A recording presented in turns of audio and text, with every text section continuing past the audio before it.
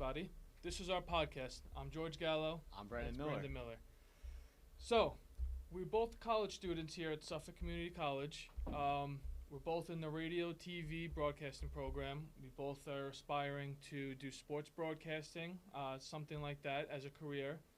This is something we both wanted to do for a while now. We both are very big Giants fans, very big Knicks fans, Yankees, just big New York sports fans in general. Both wanted to start a podcast, and we both like to put out this type of content. So we thought we'd come together and try this. Yeah, that's right. And honestly, this was an idea that me personally, I've wanted to do for a long time. Just never really got to find the right person to do it with. And I found George. I met George, and we both have the same interests, same teams. So we're going to run with it. We're going to make some TikToks. We're going to make a Discord for some betting picks. If you guys are into sports gambling and stuff like that, please feel free to join the Discord that we have. It's linked on our LinkedIn, on Instagram. And, so overall, we're just excited to get started with this podcast. And I think it's going to be a really entertaining podcast. We both have some really interesting takes. Some of you guys might not say they're great, but I think they're pretty great in my opinion. So, yeah.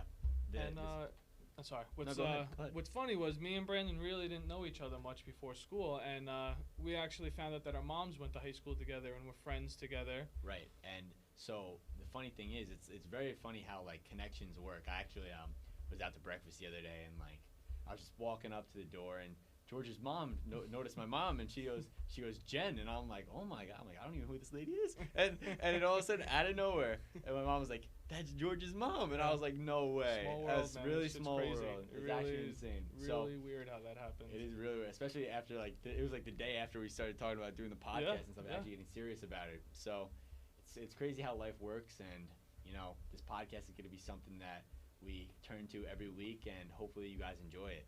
But at the same time, what we're going to do is more than just a podcast. We want to, put out content and interact with our audience and, do a whole bunch of cool things, some vlogs, being live during the Knicks games and, during the draft. We could do some cool stuff. So we got a lot of content we're going to do. Right, once planned. more audience, the more content we'll push out. It's true. Very true. We need the support.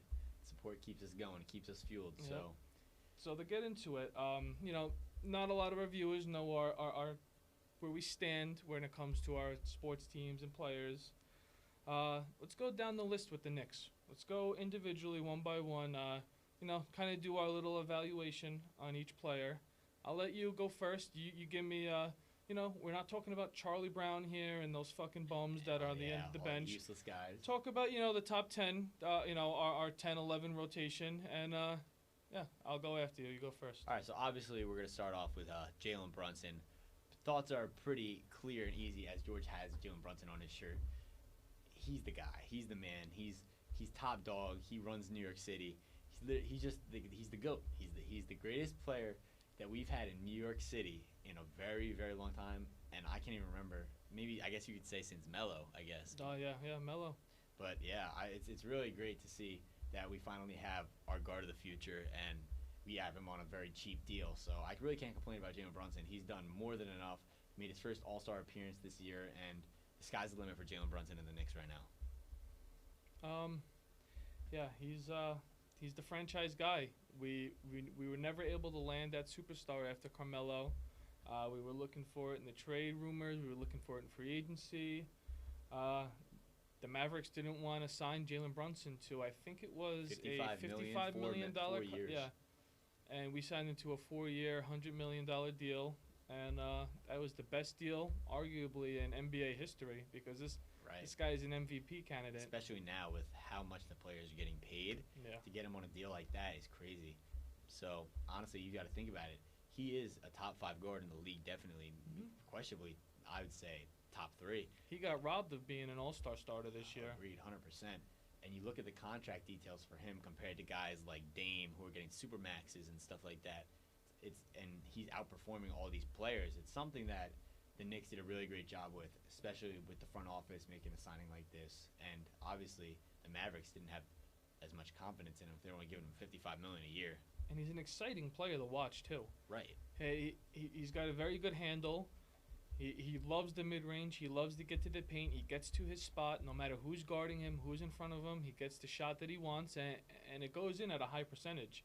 He's top 5 in the league in points in the paint, and he's a point guard. And all other people in that list are big men.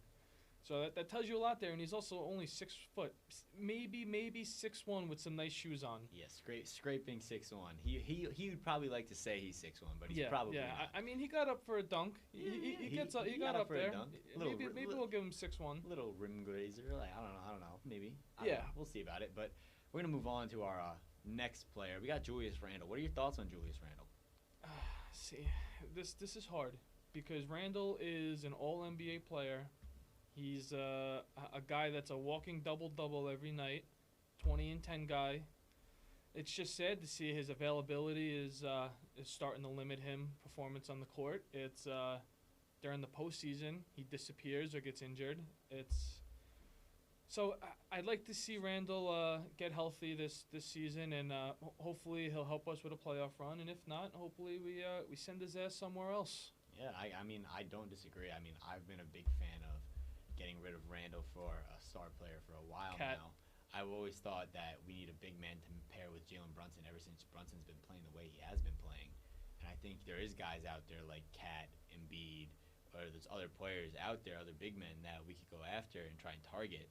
Even a player that could pair better with Brunson. I feel like Randle and Brunson, they play off each other pretty well, but I think that Brunson would pair better with a center that could maybe pick and pop and do all those things that Randle can do, but not at the greatest level. So, yeah, that's my thoughts on Julius Randle.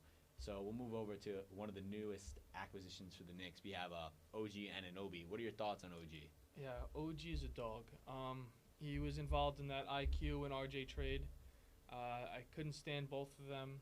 Star J, he was, listen, he came through in the playoffs last year. I hate that guy. Yeah, wasn't a fan favorite. I didn't. We gave him a big contract. He was making more than Brunson. That's the thing that kills me there. We're lucky we got that contract off our hands. Yeah, definitely. IQ was gonna ask for a bag this offseason. I don't want to pay him whatever amount he wants. I don't think he's worth it. He's a small guard that doesn't play defense. I don't think he makes anyone else around him better. I think he's just a pure scorer off the bench, which he won't be worth the money he gets this offseason. And it'll be interesting to see if Toronto gives him that money or he'll take it elsewhere to go be a starter somewhere. Right. I could totally see him being a starter somewhere else. Maybe like a West Coast team, somewhere where they need a guard play. Maybe he'll take a little pay cut to go play with the Lakers, who need a guard somewhat badly. Yeah, I mean, the thing about the pay cut is if he takes a pay cut, he's a restricted free agent, so Toronto would just match it no matter what.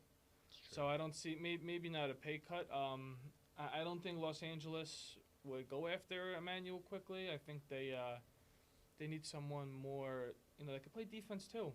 Because LeBron's getting older and you can't really get it done in defense. In the regular season, he'll turn it up in the playoffs. That's GOAT James. He'll turn it up no matter what. But, OG, I think that was a great acquisition. Right. I think he fits well with this Knicks team. He's a great wing defender. He could shoot 40% from the three ball. He's a tough guy. And we need more tough guys on this Knicks team. He's a guy that's he's not going to put up for anyone's bullshit. I think he's another guy. This is really important, too. I think this is a guy that could help Josh Hart. Now, Josh Hart has always been a guy that plays the backup four. He's more of a big man role. So I think with the acquisition of OG and Bogdanovich, that kind of forces Josh Hart to play a little more smaller. So I think that benefits Josh Hart more. I think so, too, because you look at the games, and Josh Hart is always guarding the four. He's guarding. Sometimes he's even guarding the five. You have a guy like OG who can guard 1 through 5, and it takes all the pressure off. Yeah, and it's not even like he does it at a mediocre level. He does it at top 3 level in the league. Like it is insane to watch, as well as his offensive prowess that he knows when to cut, he knows when to stay in the corner, he knows when to rotate off ball, he knows when to come to the ball to set a screen. It's just all around the court. He knows what he's doing when he's off ball and when he's on ball. Yeah, he's definitely improving on the offensive end, and he wants more of a role offensively. That's going to be something that he wants in contract negotiations. So it'll be interesting to see if the Knicks will, pay him that extra and give him that extra role in the offense. It's a very interesting question that we won't know the answer to until we watch the Knicks in the playoffs this postseason. But let's move over to Isaiah Hartenstein. What are your thoughts on Isaiah? IH he's a plug and play guy. I don't think he's a starter over Mitch. I think Mitch is the better center that we have. But the thing about IH is his spacing on the floor. He's a little more lethal on the offensive side. He's got the little post hook, a little mid range. He's a little more, with setting screens. He's more of a threat in the pick and roll game. He could pop a little bit, but he's not the defensive anchor that Mitchell Robinson is. But I love IH. That's true, and the reason I like IH so much is not because of his work rate that he brings to the team. His vision as a passer is actually one of the better passers in the league as a center, and you don't really see that often with centers. You got guys like Jokic who can throw like behind the back, through the legs passes. He's not going to do that for you, but he's going to make the simple passes, the guys cutting down the lanes, and he's going to help your team get some easy buckets. Yeah, definitely. Another Nick I want to bring up, Dante DiVincenzo, Nova guy. How do you like him so far this season fitting next to Brunson in the backcourt? I think he's one of our most improved players this offseason. I don't think there's a lot of players on the Knicks that have improved at the rate that Dante DiVincenzo has. Now, don't get me wrong. All the Knicks players have played very well this season. They've all gotten better. But Dante DiVincenzo, it's crazy to see how anytime he touches the ball, you know that there's a chance he's going to shoot it. Doesn't matter where it is. He can shoot it from the logo if he wanted to. And it's crazy because he was never really a logo shooter. He was more of a corner sitter, a catch-and-shoot guy. But now he's moving around the perimeter while making his own plays. He's making his own plays. He's creating shots for other players. And overall, he's been the second option while all these injuries have been out. Yeah. And sometimes even the first option where he's dropped. I think there was a game where he dropped 36 points. He did. Yeah, Brunson was out that game. Yeah, that's a lot of points for a guy who's technically a role player. Yeah, he's only making $10 million this year. It's a steal of a contract, and he's outperforming everyone's expectations. He's shooting over 40% from three. His defense, watching him in the passing lanes and running in fast break, it's very fun to watch. He runs the fast break very well. I think one thing that helps Brunson is DiVincenzo can be a ball handler, a secondary ball handler. So with Julius Randle not being in the lineup, that's kind of our secondary ball handler. So I think DiVincenzo is kind of taking a load off of Brunson in a way. Playmaking or at least just handling the ball. It's true, and you can't really fault DiVincenzo for doing that because he is technically the next guy to step up for that Knicks team. But we're going to move on to a guy who the Knicks also acquired in the R.J. Barrett deal, which is honestly, he's been performing very well as of late. We're talking about Precious Achiuwa. Precious Achiuwa, yeah. Tongue twister. I like him. I think he brings back that old school Knicks type of style back to us. He's a guy that's going to do everything and do everything that it takes to for us to win. He's a rebounder, a great offensive rebounder too. Right. He's boxing out, going after loose balls, defending well. He's just doing everything that we need that we miss with other guys that aren't in the lineup. He's kind of a hybrid of able to do it all. I think he was a steal from Toronto. I love that. Love that acquisition. I really think that he's an opposing team's nightmare. I think players like that are going to dive after loose balls, that are going to go up for every single rebound, regardless if they have a chance at grabbing it or not, that he's going to make it difficult for the other team to grab rebounds, to get these loose balls, because he's just all over the court. He's in the paint. He's grabbing offensive boards. He's going right back up with the ball. He's not scared to put the shots up. Yep. He can shoot from mid-range. He's shot a couple threes. And overall, he's been a really great acquisition from the Knicks. And he was sort of like the compensation player out of that deal. Yeah. Like he was kind of like just to get the salaries. Just to match the salaries, but he's done a lot more than match a salary to me. Yeah. Another trade the Knicks made before the deadline, they acquired Alec Burks and Bogdan Bogdanovic. How do you like those two fit on our bench? So Alec Burks, I'll start with him. He's just not what he used to be on the Knicks. He had a bigger role in the Knicks back in the day. He's fading out. He's never been really that guy. I've never really liked Alec Burks.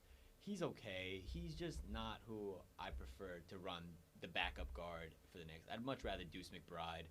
I think he's a very valuable option, although he does have some struggles with his shooting at times. But I like the progression that McBride has had, and I think he's a more valuable option than Alec Burks at the moment. And then when you go to Bogdanovich or Bojan Bogdanovich, whatever his name is, you can call him whatever you want. I think it's Bogdan. I could be wrong. We could call him whatever we want to call him. I think it's I'm going to call him Bogey. Bogey, there you go. Yeah, so when we talk about Bogey, he is what the Knicks needed. I believe that once they're healthy, he is a key piece in the Knicks championship run if they can make it there, obviously. He is a guy who can create his own shot. He's shown that he's been able to do that. He can sit in the corner.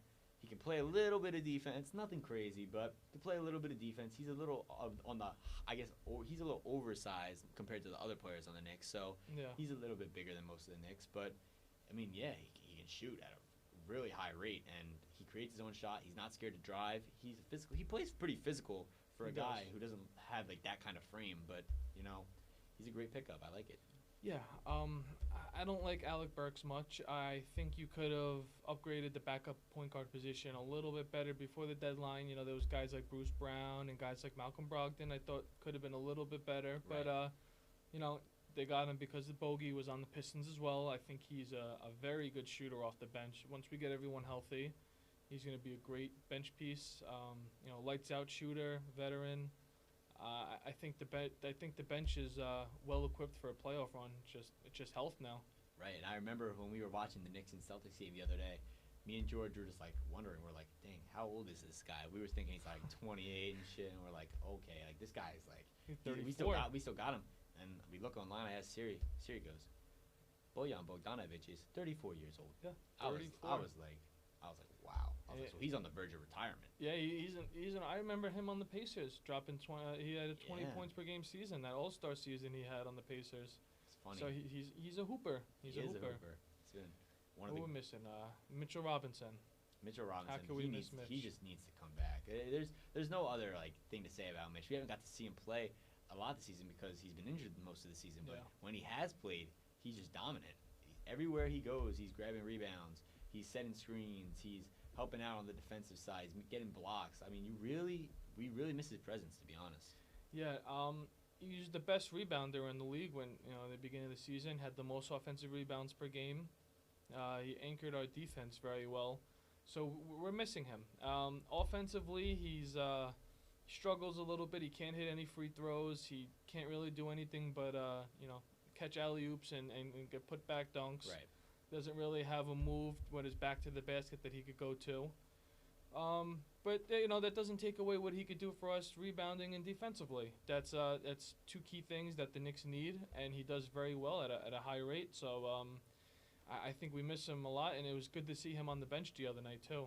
Right. I really can't complain about how the Knicks are rotating their players right now with what they got. They really don't have much to work with. No. That I really would rather them overplay, I guess, the guys that they have, the seven-man rotation of at least experienced NBA players, rather than throwing in Jacob Toppin, Fucking Charlie Brown, and all these other dudes that have no NBA experience and would not help us win games. And the Knicks have been keeping these games pretty close for the most part.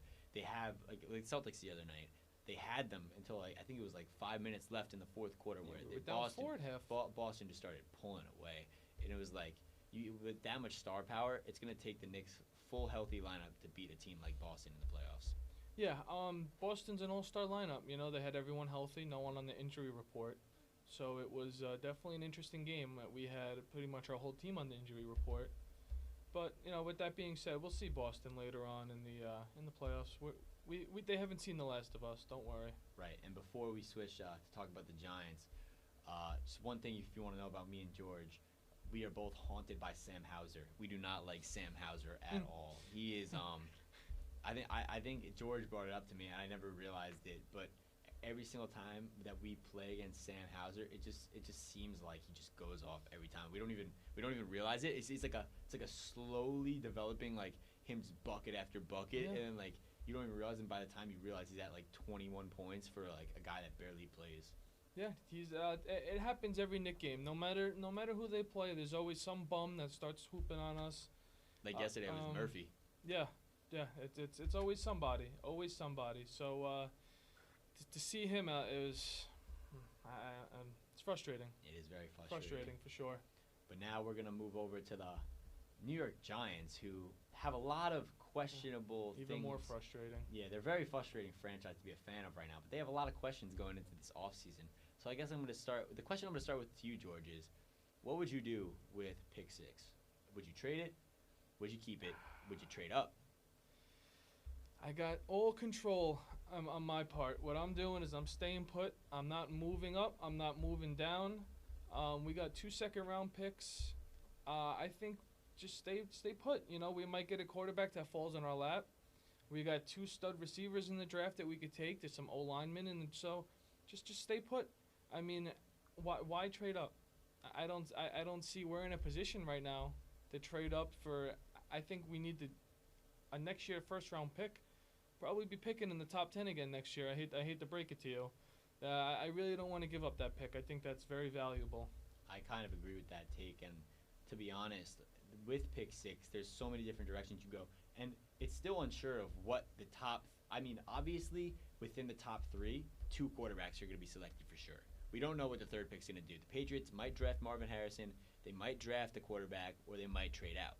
Now, for the Giants aspect, if they're looking to draft a quarterback, I don't think that they should trade up into the top 1 or 2 picks. I think if 3 is there and it's a reasonable price, meaning you're not giving up your whole future to go get the quarterback, then by all means pull the trigger and go get Drake May or Jaden Daniels. But I'm not really intrigued by these other quarterback prospects like Michael Penix, Bo Nix, and all these other dudes that are going to be like late first round to mid-second round prospects. At that point, if you are really interested in drafting a quarterback in the draft, you're either trading up to get Drake May at 3, or you're waiting to the 4th or 5th round to get a guy that could potentially be a boom or like a bust.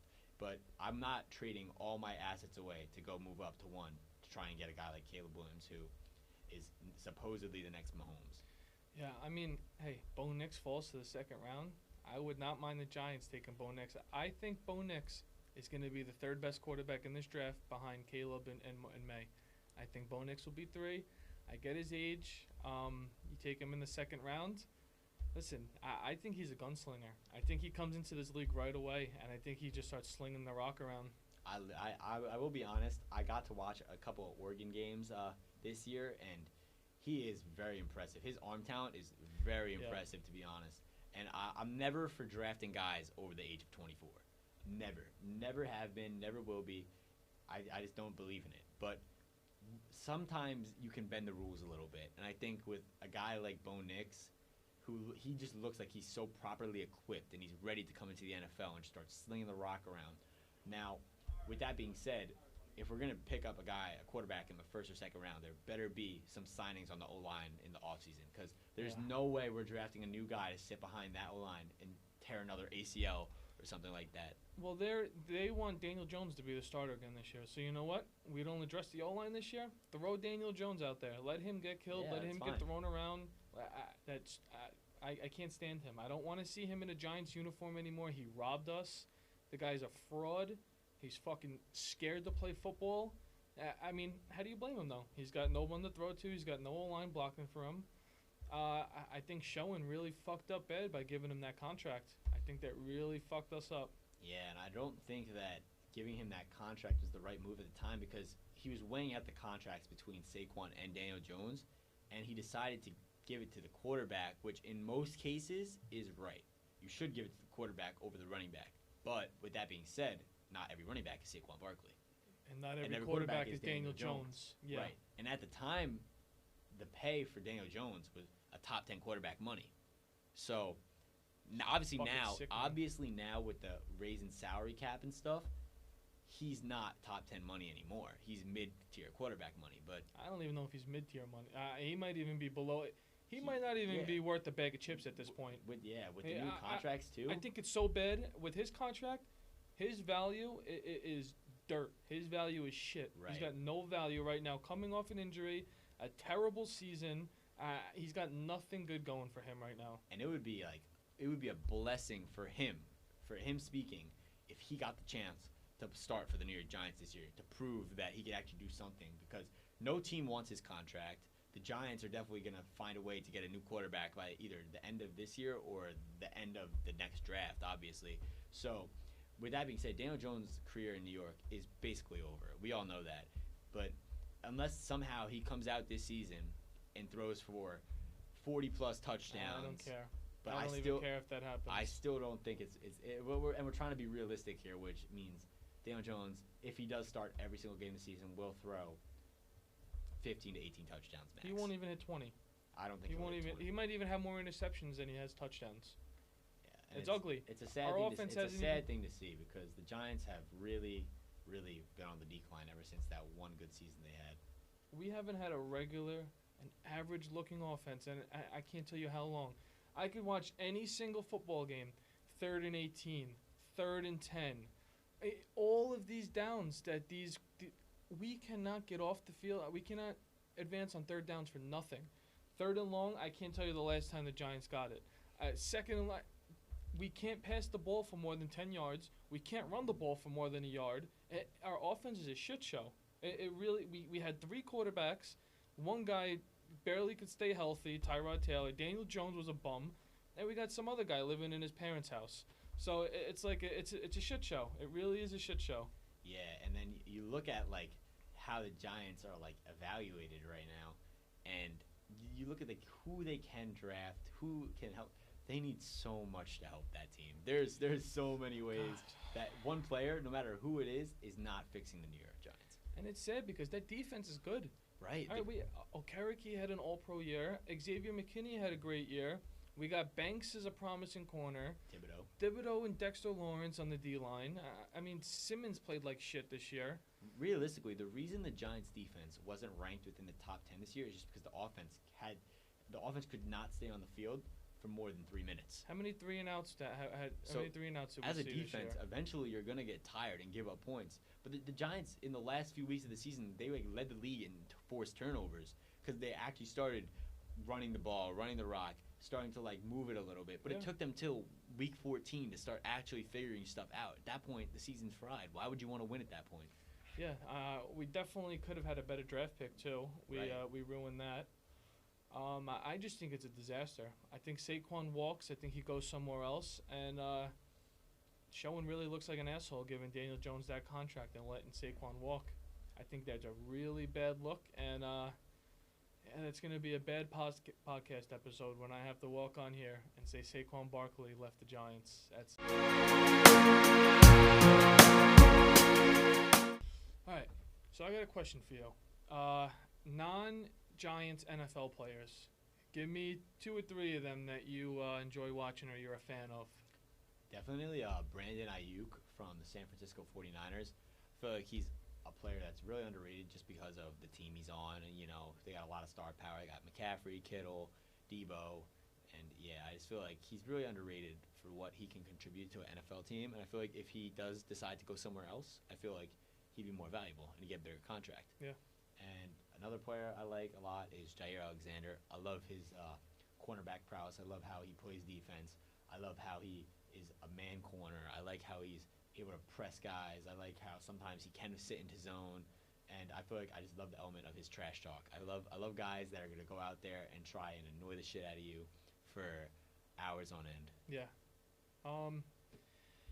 NFL, other than the Giants, defensively, I got to go Aaron Donald. He's a dog. Undersized, 6 foot. He comes in and dominates. Going to be he's an All-Pro every year. The guy's going to be a first ballot Hall of Famer. Right. He has 3 guys on him all the time. Yeah, he is unbelievable. Offensively, Trent Williams, left tackle, 49. Listen, I'm a big lineman guy. Watching him just totally maul people. Yeah, it's fun to watch. He's the best left tackle. He's the best lineman in the league. It's not close.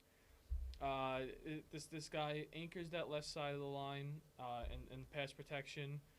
He's very good when run. He's strong with his hands. He's quick with his feet. He's fast to the second level. I think he's outstanding. I love watching him play. Right, and he's not scared to go and get into a fight for his quarterback. That's for No, sure. he's very, quick to throw a few punches. right. Yeah, definitely. That is very true. So we'll move over to the NBA now. Name 3 of your favorite NBA players. I gotta go Jokic. Everyone knows me. They know Jokic is my favorite. When I play ball, I back to the basket type of style, pass out to my guards. I love watching him play. He's unbelievable. He brought a different style of basketball over from the center position. You have never really seen a center that is a walking triple double like him. Right. Another guy I really like watching. I love Zion, man. I really like watching Zion play basketball. He's explosive. He jumps out of the gym. He's strong as a bull.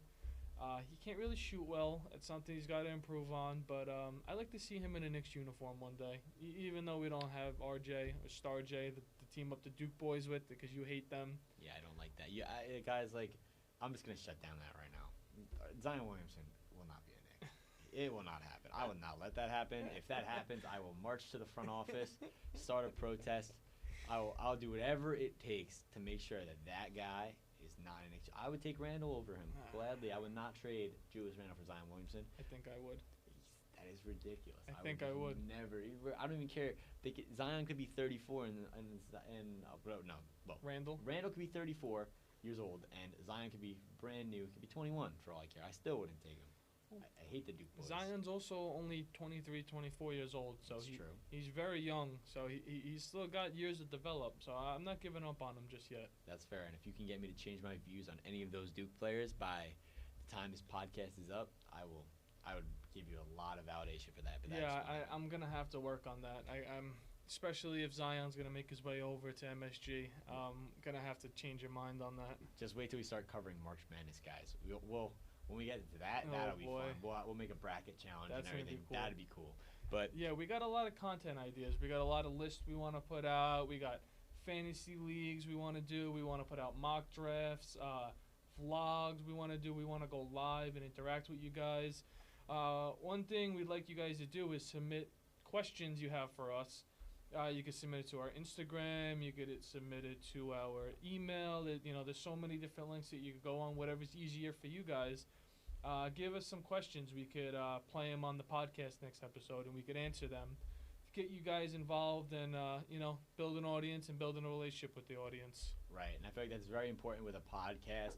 We care about what everyone else that's watching thinks, and we want to build our podcast based off you guys, because the people that are listening from day one are going to be like obviously the people that show us the most support, and we appreciate that. But we want to build our audience to more people, and we want to grow, and over time I believe that that's what's going to happen. I have true faith in this podcast, obviously once we figure out the kinks and stuff, but overall, I mean, I'll answer my 3 favorite NBA players before we go. I'll make it quick too. I like Jalen Brunson a lot, even though he's a Knick. I don't care, I'm going to say it anyway. I like Cat. Cat's a very good player. And I do like Mike Conley. Anyone could say anything about Mike Conley. If you ever played any 2K before 2K20 and you used his jump shot, smooth butter, insane, butter. Crazy release, everything about him. He's a great passer, just a great leader. He's a key part of the Timberwolves, and he doesn't get enough credit. But that being said, I mean, George, you wanna tell me one more thing? I guess we could talk about is what giant do you think is gonna break out? I got my breakout star coming from the defensive side of the ball.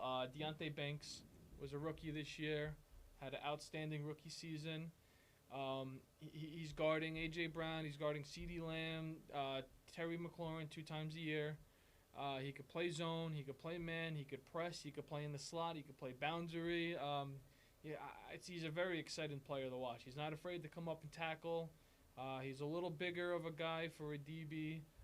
Very exciting player to watch. I think he's going to be a guy that's in the Giants' future for a long time, and I think we finally have our guy at CB1 here. Right, and if there's any division that you're going to want to try to improve your play at corner, it's the NFC East. I mean, every single team besides us, obviously, but every team besides the Giants has a definite wide receiver 1, and some of them even have wide receiver 2s that could be a wide receiver 1. I mean, pretty much all of them. Pretty much all, yeah. I mean, besides Washington, I mean, you think You got Brandon Cooks, you got Jahan Dotson, and you got Devontae Smith. true. Jahan Dotson is underrated. I will agree with that. Two of the better wide receiver twos in the league. Three of the better wide receiver twos in the league. Yeah. So honestly, the NFC East is a tough division to play a corner, especially if you're on the New York Giants. But one player I have that's going to break out this offseason and during the season, I believe, is going to be Wan'Dale Robinson on the offensive side of the ball. Kid out of Kentucky. He had the ACL, MCL tear, which kind of set him back a little bit, but he's right. He looked great out of the injury. I've never seen a player be more explosive after an injury. It's like he got a whole brand new knee, and they just gave it to him, and he's out there just making crazy sharp cuts, making crazy routes, and his yards after catch are insane, and he's so quick that he stumbles over himself sometimes. Like he's that quick, and it's actually crazy to see. And I think that he's good at contested catches too sometimes for a small guy. I mean, he made one against the Packers, and I remember that. It was like behind him, and he just made the play, which is awesome. So yeah, that's really all I gotta say for the New York Giants. But we appreciate you guys all listening to our first podcast. Obviously, we're gonna work it out. We're gonna make some things better, make improvements. But it's the first one, so bear with us. George, anything else? Yeah, we'll go to went smooth today. We'll get once you guys give us feedback and send us those questions, we'll make more of an ideal format for you guys of what you're interested in. I think this went well though for the first episode. We had a few struggles recording few and recording struggles that we can't really talk about. I got kicked out of the studio a couple times and stuff. People barging in. Yeah, we'll say Suffolk County Community College was wild today. We'll say that. Yeah, it was a lot. It was today. crazy. But we got it done. That's all that matters. And yeah, I'm Brandon Miller. I'm George Gallo. And this is the Mecca Sports Podcast. And we'll see you guys next time. Thank you guys. We'll see you soon. Thank you